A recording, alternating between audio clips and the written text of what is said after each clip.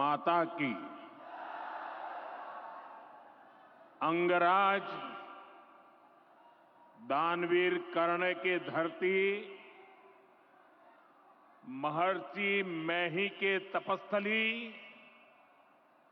भगवान वासुपूज्य के पंच कल्याणक भूमि, विश्व प्रसिद्ध विक्रमशिला महाविहार, बाबा बूढ़ानाथ के पवित्र भूमि पे सब भाई बहन सैनिक के प्रणाम करे छिए।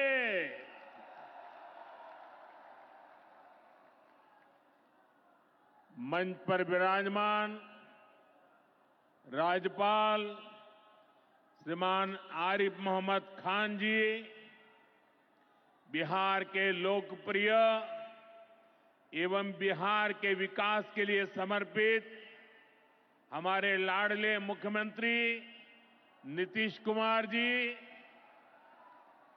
केंद्रीय मंत्रिमंडल में मेरे सहयोगी शिवराज सिंह चौहान जी,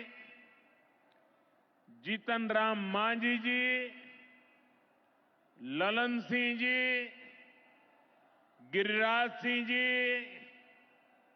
चिराग पासवान जी, राज्य मंत्री श्रीमान रामनाथ ठाकुर जी, बिहार सरकार के उप मुख्यमंत्री सम्राट चौधरी जी, विजय सिन्हा जी, राज्य के अन्य मंत्री एवं जनप्रतिनिधिगण, उपस्थित महानुभाव और बिहार के मेरे प्यारे भाइयों और बहनों,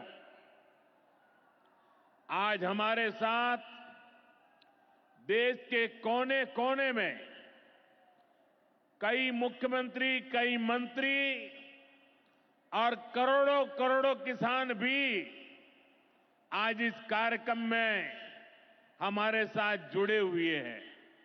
मैं उन सबको भी आदरपूर्वक नमन करता हूं।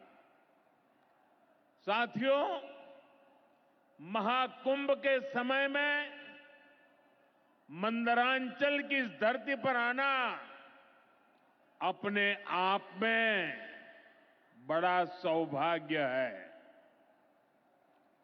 इस धरती में आस्था भी है, विरासत भी है और विकसित भारत का सामर्थ्य भी है।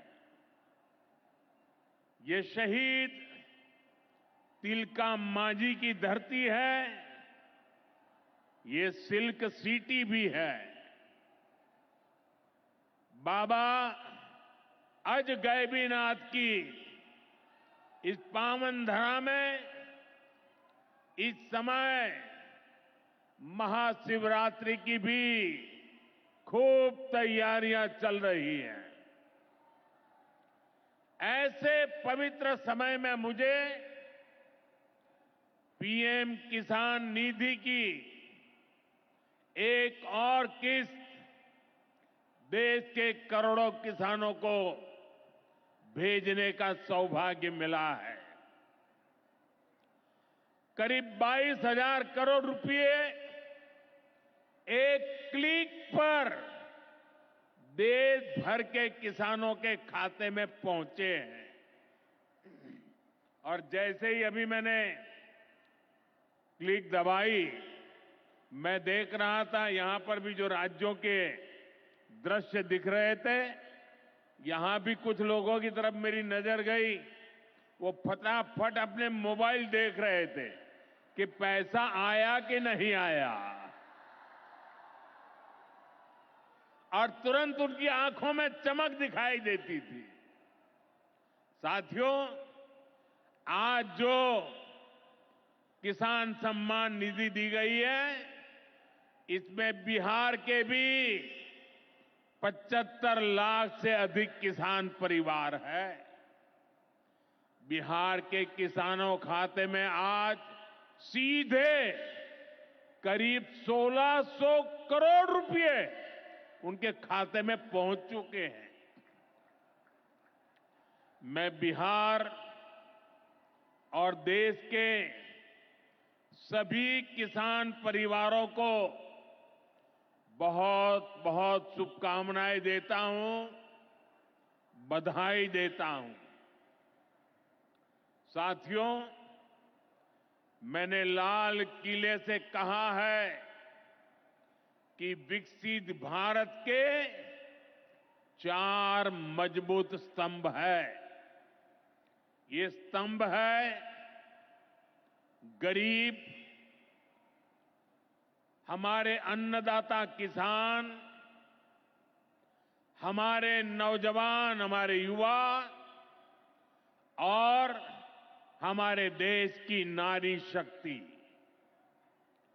एनडीए सरकार चाहे केंद्र में हो या फिर यहां नीतीश जी के नेतृत्व में चल रही सरकार हो, किसान कल्याण हमारी प्राथमिकता में है। बीते दशक में हमने किसानों की हर समस्या के समाधान के लिए पूरी शक्ति से काम किया है। किसान को खेती के लिए अच्छे बीज चाहिए, पर्याप्त और सस्ती खाद चाहिए, किसानों को सिंचाई की सुविधा चाहिए, पशुओं का बीमारी से बचाव चाहिए और आपदा के समय नुकसान से सुरक्षा चाहिए। पहले इन सभी पहलुओं को लेकर किसान संकट से घिरा रहता था। जो लोग पशुओं का चारा खा सकते हैं, वो इन स्थितियों को कभी भी नहीं बदल सकते। एनडीए सरकार ने इस स्थिति को बदला है। बीते वर्षों में हमने सैकड़ों आधुनिक किस्म के बीज किसानों को दिए। पहले यूरिया के लिए किसान लाठी खाता था और यूरिया की कालाबाजारी होती थी। आज देखिए, किसानों को पर्याप्त खाद मिलती है। हमने तो कोरोना के महासंकट में भी किसानों को खाद की कमी नहीं होने दी। आप कल्पना कर सकते हैं कि अगर एनडीए सरकार न होती, क्या होता? साथियों, अगर एनडीए सरकार न होती तो आज भी हमारे किसान भाई बहनों को खाद के लिए लाठियां खानी पड़ती। आज भी बरौनी खाद कारखाना बंद पड़ा होता।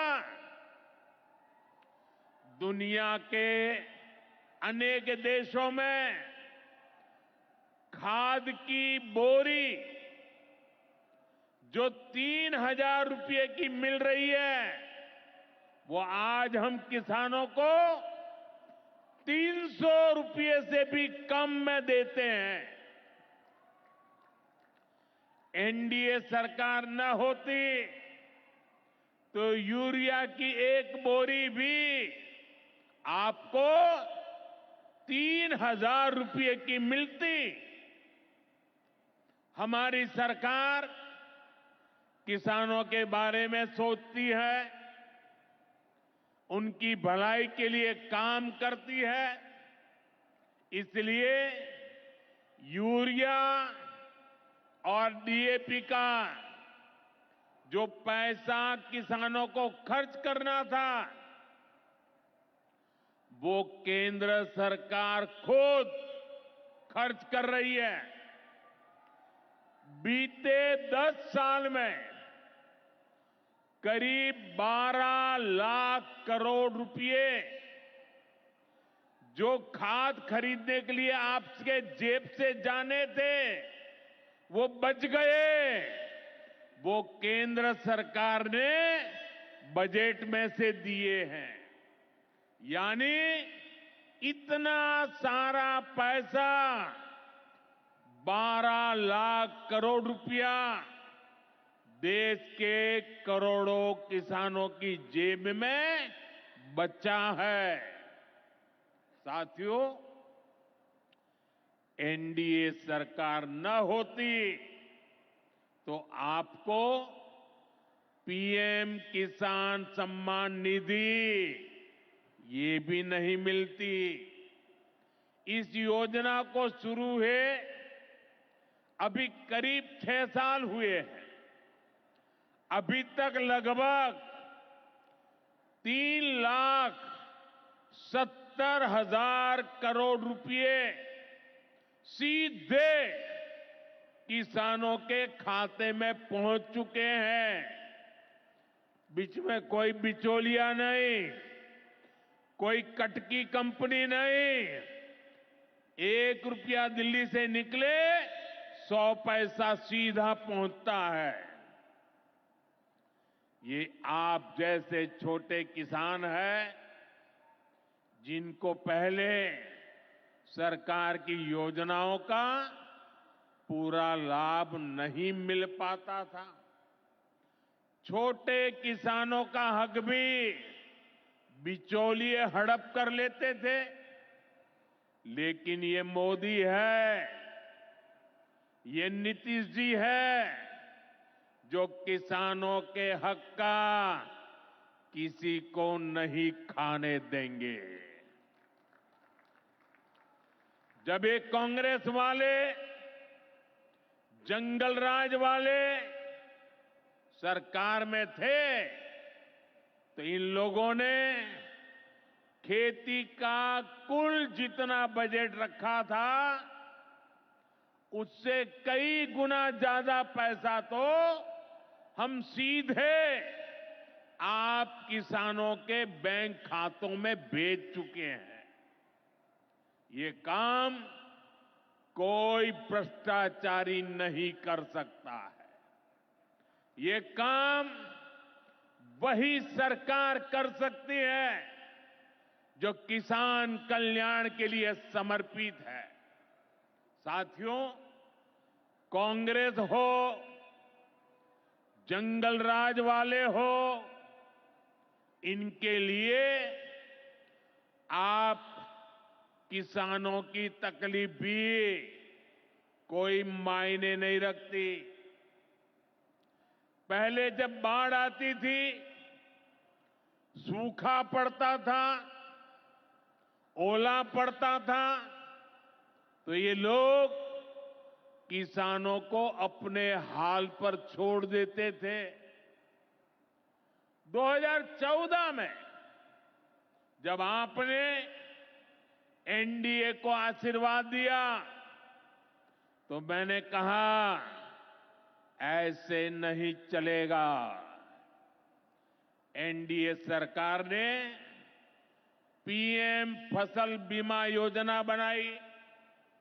इस योजना के तहत 2.25 लाख करोड़ रुपए का क्लेम किसानों को आपदा के समय मिल चुका है।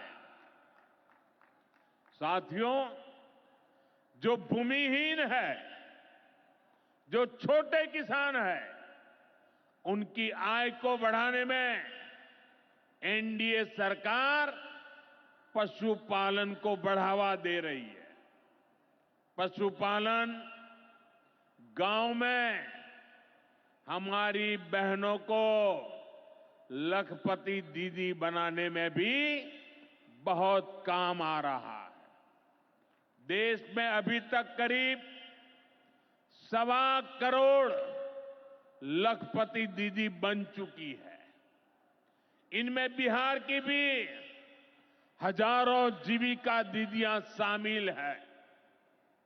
बीते दशक में भारत में दूध उत्पादन 14 करोड़ टन से बढ़कर, ये याद रखिए, 10 साल में 14 करोड़ टन दूध उत्पादन से बढ़कर के 24 करोड़ टन दूध उत्पादन हो रहा है। यानी भारत ने दुनिया के नंबर 1 दूध उत्पादक के रूप में अपनी भूमिका को और सशक्त किया है। इसमें बिहार की भी बहुत बड़ी भागीदारी है। आज बिहार में सहकारी दूध संघ प्रतिदिन 30 लाख लीटर दूध खरीदता है। इसके कारण हर साल 3,000 करोड़ रुपए से अधिक बिहार के पशुपालकों, हमारी माताओं बहनों के खाते में पहुंच रहे हैं। साथियों, मुझे खुशी है कि डेयरी सेक्टर को बढ़ावा देने के हमारे प्रयासों को राजीव रंजन जी, हमारे ललन सिंह जी बहुत ही कुशलता के साथ आगे बढ़ा रहे हैं। इनके प्रयासों से यहां बिहार में 2 परियोजनाएं तेजी से पूरी हो रही है। मोतीहारी का सेंटर ऑफ एक्सीलेंस बेहतरीन देसी नस्ल की गायों के विकास में मदद करेगा। दूसरा बरौनी का मिल्क प्लांट है। इस क्षेत्र के 3 लाख किसानों को फायदा होगा, नौजवानों को रोजगार मिलेगा। साथियों, हमारे जो नाविक साथी हैं, जो मछुआरे साथी हैं, इनको पहले की सरकारों ने कोई फायदा नहीं दिया। हमने पहली बार मछली पालकों को किसान क्रेडिट कार्ड की सुविधा दी है।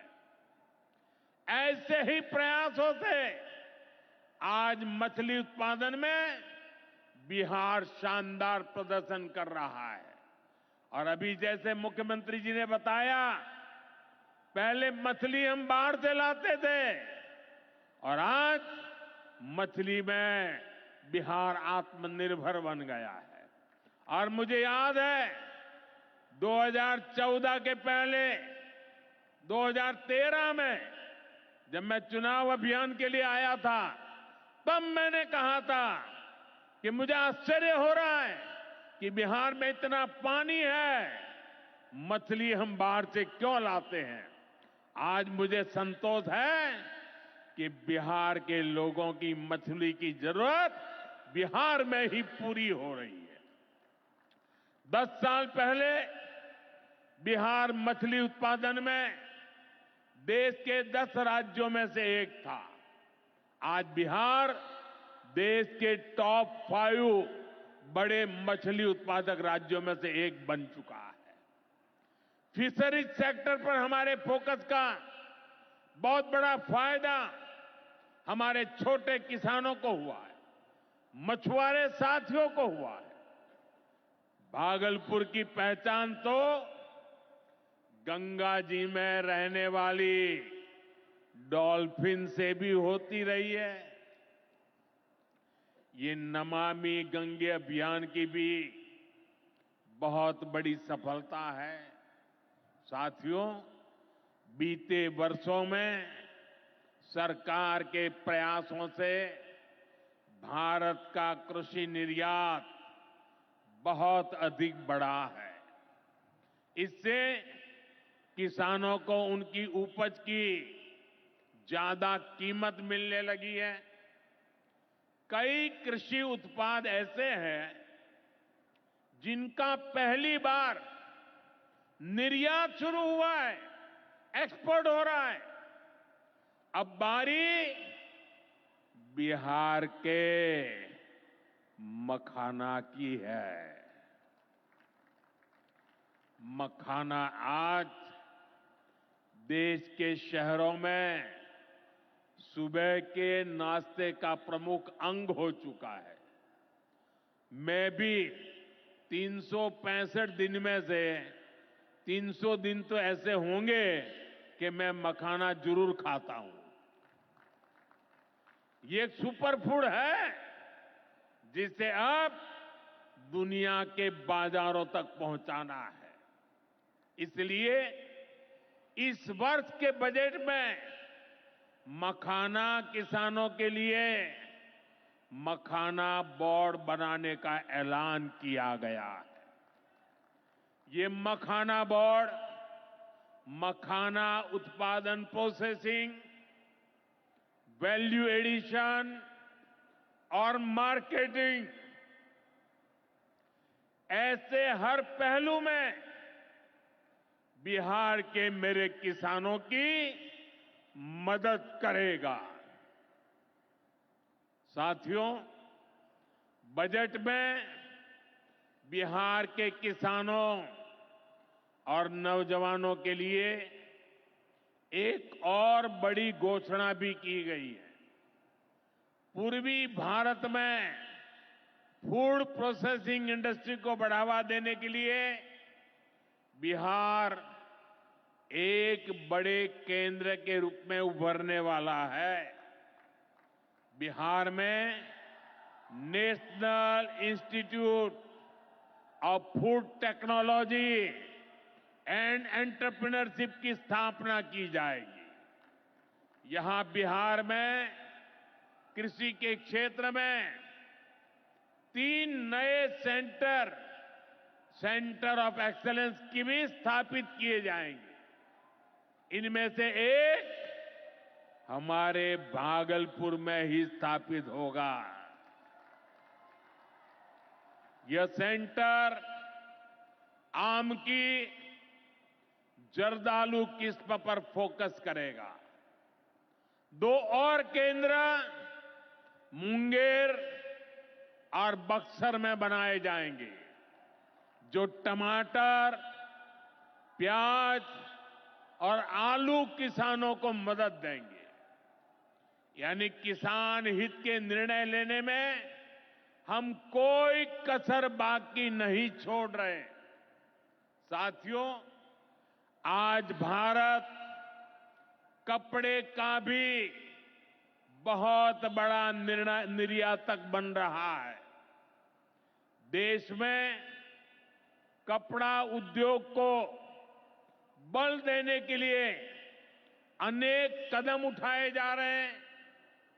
भागलपुर में तो कहा जाता है कि यहां पेड़ भी सोना उगलते हैं।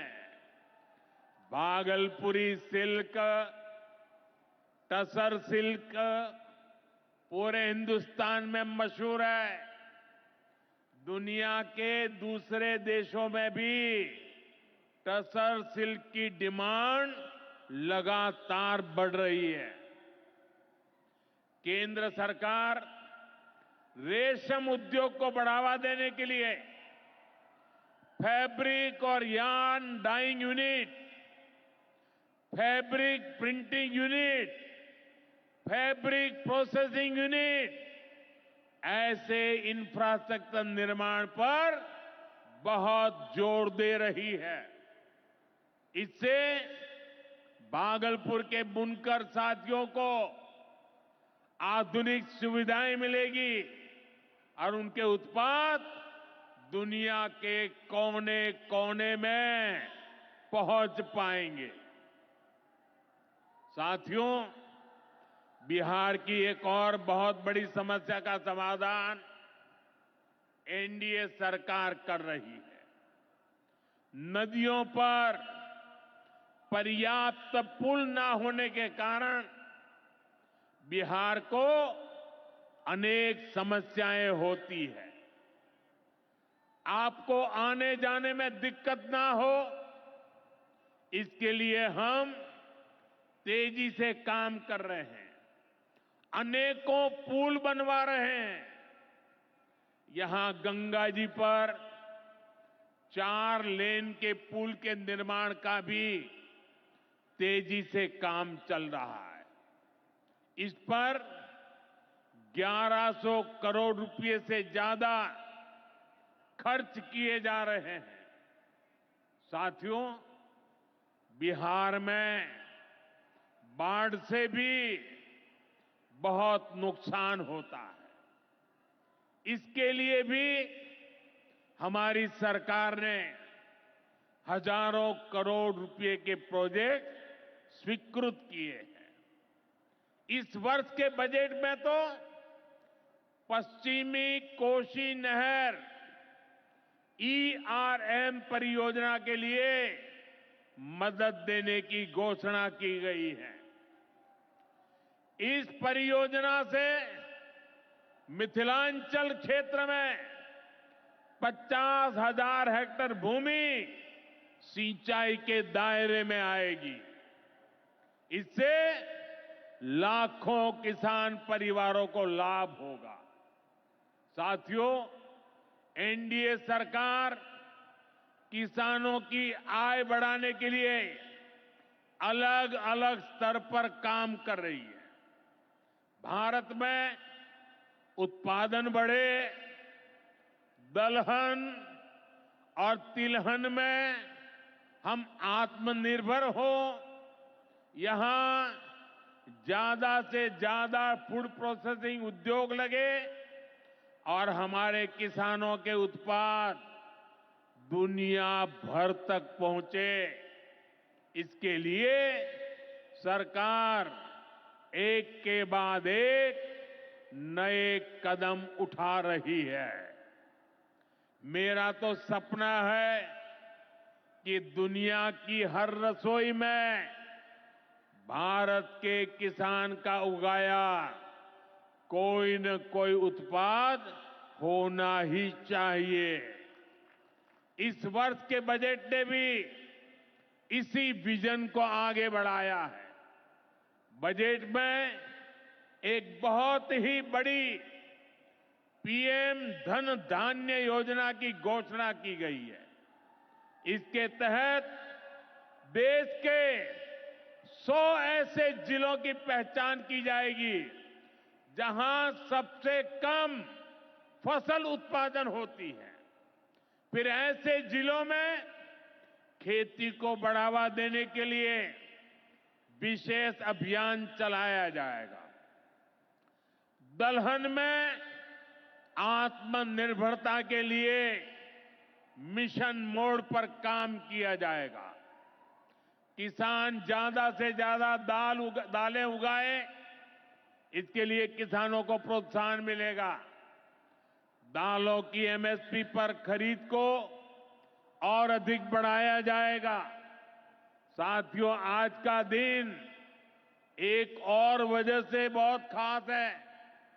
हमारी सरकार ने देश में 10,000 एफपीओ किसान उत्पादक संघ बनाने का बड़ा लक्ष्य रखा था। आज मुझे ये बताते हुए खुशी है कि देश ने इस लक्ष्य को प्राप्त कर लिया है। आज बिहार की भूमि 10,000वें एफपीओ के निर्माण की साक्षी बन रही है। मक्का, केला और धान पर काम करने वाला ये एफपीओ खगड़िया जिला में रजिस्टर हुआ है। एफपीओ सिर्फ एक संगठन नहीं होता, एक किसानों की आय बढ़ाने वाली अभूतपूर्व शक्ति है। एफपीओ की ये शक्ति छोटे छोटे किसानों को बाजार के बड़े लाभ सीधे उपलब्ध कराती है। एफपीओ के जरिए आज तमाम ऐसे अवसर हमारे किसान भाइयों बहनों को सीधे मिल रहे हैं जो पहले उपलब्ध नहीं थे।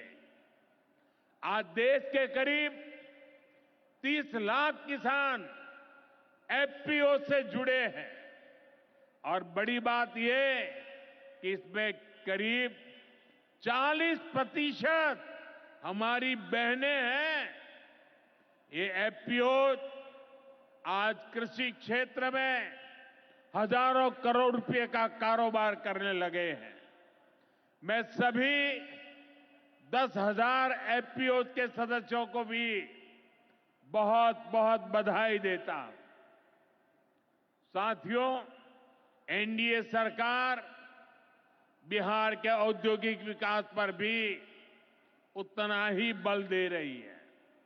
बिहार सरकार भागलपुर में जो बहुत बड़ा बिजली कारखाना लगा रही है, उसको कोयले की भरपूर आपूर्ति की जाएगी।